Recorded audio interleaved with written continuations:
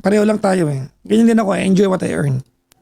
Yan din po yung sabi ng partner ko. Alam mo, ganito, kailan ko na lang to nagmaterialize sa buhay ko, AJ. Minsan kasi, when we are so distracted with a lot of responsibility, we forget one thing.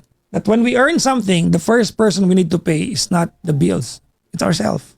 Ang unang babayaran mo, sarili mo. Kaya ako, kada kumikita ko ngayon, bayad sarili ko. Hindi ako nagigilty. Nagpagurang ko yan eh. Kita niyo ba yung pagod ko dito? Masaya naman ako, pero nakikita niyo ba? Minsan 9 p.m. hanggang 5 a.m. ako nagpupuyat dito. I earn good. Gagastusin ko pera ko. Walang pwede manumbat sa akin. Anything I shell out for other people are just favors for them. Except for my mom, tsaka anak ko kasi obligasyon ko yan eh. Di ba? Other than that, I don't need to, just like you are, we don't need to explain to people na walang ambag kung paano tayo nagpagod, kung paano natin gagastosin yung perang tayo ang nagpakakubang kitain.